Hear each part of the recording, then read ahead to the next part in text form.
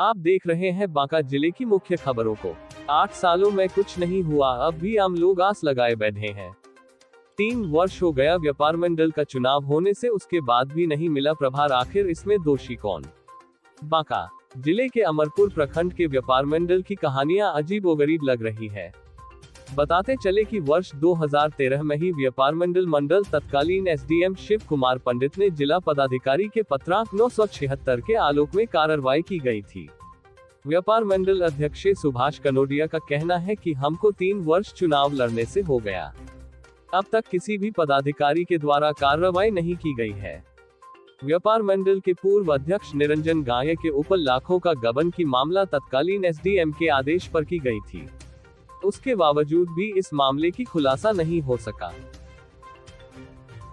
निज प्रतिनिधि बांका के पूर्व सांसद जयप्रकाश नारायण यादव रविवार को चांदन बाजार स्थित पूर्व प्रमुख के आवास पर पहुंचे, जहां कटोरिया के पूर्व विधायक स्वीटी सीमा हेम्ब्रम एवं पूर्व प्रमुख पलटन यादव ने जोरदार स्वागत किया। सांसद श्री यादव ने पेट्रोल, डीजल, सरसों तेल सहित अन्य खाद्य पदार्थ के बढ़ते कीमत पर चिंता जाहिर करते हुए डबल इंजन की सरकार पर जमकर बरसे। उन्होंने कहा कि बिहार सरकार की ओर से राज्य में पूर्ण शराबबंदी लागू की गई है, उसके बावजूद पूरे बिहार में शराब तस्कर द्वारा होम डिलीवरी की जा रही है। वहीं दूसरी ओर कोविड-19 का संक्रमण को देखते हुए दूसरे प्रदेश से वापस लौटे दिहाड़ी मजदूरों को सरकार के निर्देश के बावजूद भी रोजगार मुहैया नहीं कराने पर परिवार का भरण पोषण में हो रही परेशानी पर दुख व्यक्त करते हुए दिहाड़ी मजदूर को चिन्हित कर रोजगार मुहैया कराने की दिशा में पहल करने की मांग बिहार सरकार से की है।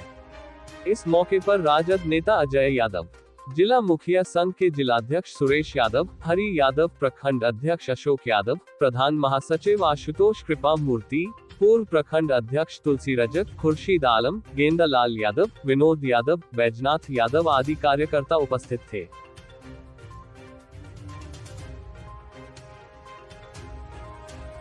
बढ़ते हैं अगले खबर की ओर। चांदन बांका निज प्रतिनिधि कोविड वैक्सीनेशन में जागरूकता लाने के लिए मंगलवार को बीडीओ दुर्गा शंकर के अपील पर विशेष शिविर में पहुंचे पूर्व प्रमुख पलटन प्रसाद यादव को कोरिया पंचायत भवन में कोविड-19 का पहला डोज दिलवाया गया। उन्होंने पत्रकारों के साथ तस्वीर भी शेयर की। श्री यादव ने प्रखंड वासियों से कहा कि वैक्सीन का पहला डोज आज लगवा लिया।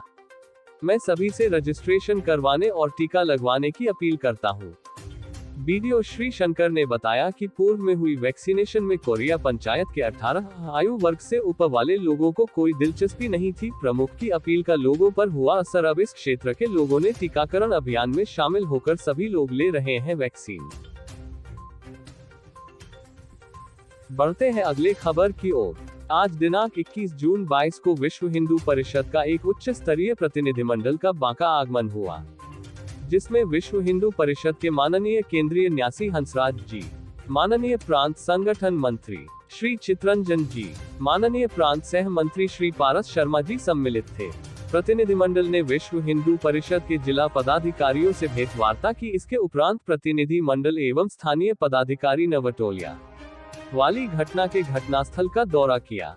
तदुपरांत एनआईए जांच की मांग करते हुए एक ज्ञापन देने के लिए जिलाधिकारी कार्यालय गए, परंतु जिलाधिकारी महोदय से भेंट नहीं हो पाने के कारण ज्ञापन उनके कार्यालय में दिया।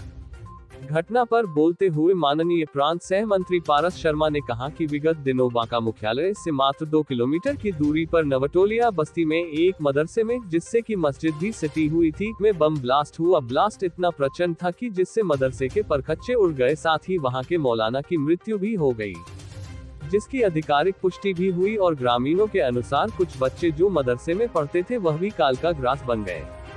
माननीय केंद्रीय न्यासी श्री हंसराज जैन जी ने कहा कि यह घटना कई प्रकार के प्रश्न खड़े करती है। किसी भी शैक्षणिक या धार्मिक स्थल में बम बनाने या संग्रह करने की क्या आवश्यकता?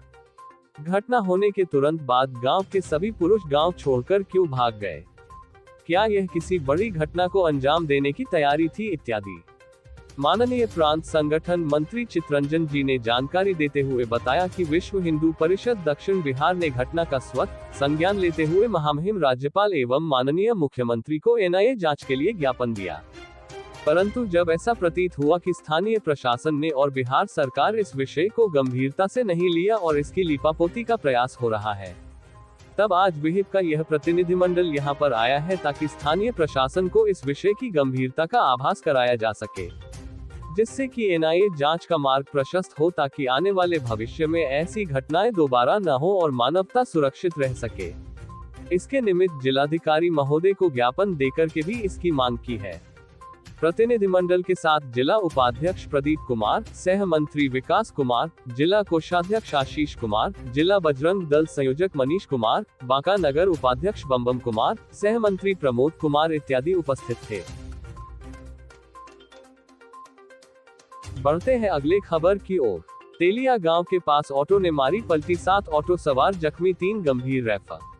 बाराहाट बांका निज प्रतिनिधि मंगलवार दोपहर बाद ढाका मोड़ बांका मुख्य मार्ग के तेलिया गांव के समीप एक अनियंत्रित ऑटो द्वारा संतुलन बिगड़ जाने से मुख्य मार्ग में ही पलटी मार दी, जिससे ऑटो में सवार कुल 7 लोग गंभीर रूप से जख्मी हो गए। हवा की घटना के बाद 4 लोग घटनास्थल से भाग निकले, जबकि 3 व्यक्ति गंभीर रूप से जख्मी स्थिति में स्थानीय लोगों की मदद से प्राथमिक उपचार के लिए बाराहाट अस्पताल में भर्ती कराया। जख्मी में शामिल झारखंड के साकी गांव के सुभाष सिंह उम्र 62 वर्ष एवं बांका थाना क्षेत्र के जोगिया गांव के माया देवी उम्र 40 साल, बाराहाट थाना क्षेत्र के श्रीनाथपुर गांव के गोल्टन राय उम्र 35 वर्ष गंभीर रूप से जख्मी थे। चिकित्सकों द्वारा तीनों जख्मी का प्राथमिक उपचार के बाद गंभीर स्थिति को देखते हुए मायागंज रेफर कर दिया।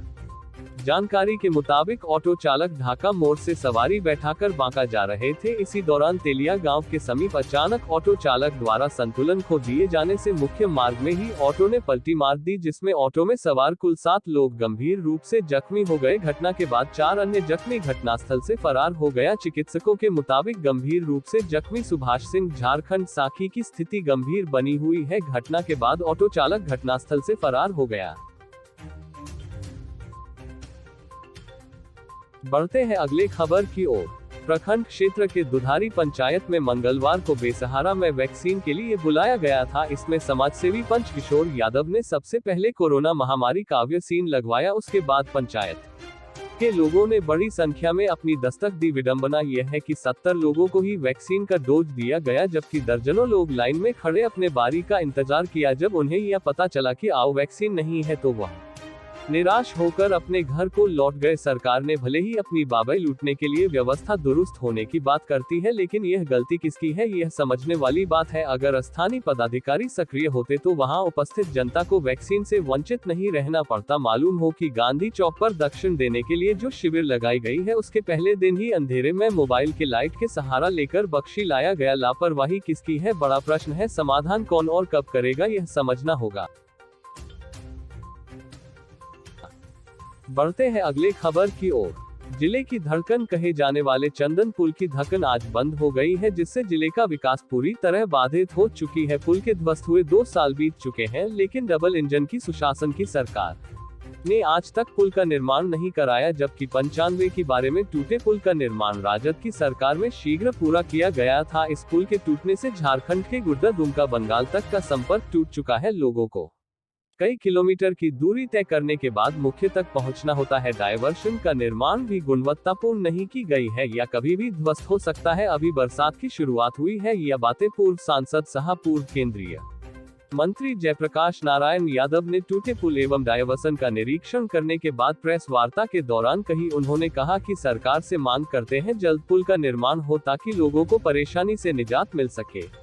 वहीं उन्होंने कहा कि जनता का आशीर्वाद नहीं मिला, वरना पुल का निर्माण हो गया होता। एमएच में सड़क सहित पुल का जाने के बाद केंद्र सरकार में सूर्य ग्रहण तो राज्य सरकार में चंद्र ग्रहण लग गया, जिस कारण आज तक लोगों को इसका कष्ट सहना पड़ रहा है। पुल के ध्वस्त हुए 2 साल बीत गए, लेकिन पुल का निर्माण नहीं हो सका है। वहीं उन्होंने कहा कि कोरोना काल में राजद के द्वारा कोरोना से बचने के लिए जो सुरक्षित उपाय है, उसकी सामग्री हर संभव जरूरतमंद लोगों को पहुंचाया गया। वर्तमान सरकार ने बोर्ड का अपहरण किया और जीत हासिल की, सत्ता पर काबिज हुआ। जनता ने तेजस्वी को मुख्यमंत्री का पद दिया, जिसे छीन लिया गया। उन्होंने जिले में मेडिकल कॉलेज रेल परिचालन में बैटरी करने सहित कई अन्य मांगे सरकार से की ताकि आपके जनता को इसका लाभ मिल सके। उन्होंने कहा कि आज की सरकार सत्यमेव जयते के आधार पर नहीं बल्कि और सत्यमेव जयते पर चलती है। वादे करते हैं लेकिन पूरा आज तक नहीं होता है। इस मौके पर पूर्व विधायक कसवीटी सीमा हेम्ब्रम, राजद के जिला अध्यक्ष अर्जुन ठाकुर, प्रमुख बम यादव, अबुल हाशिम ठाकुर यादव, उमेश यादव, अनिल रजक, अनिरुद्ध यादव, बादल सहित दर्जनों कार्यकर्ता एवं राजद के पदाधिकारी गण उपस्थित थे।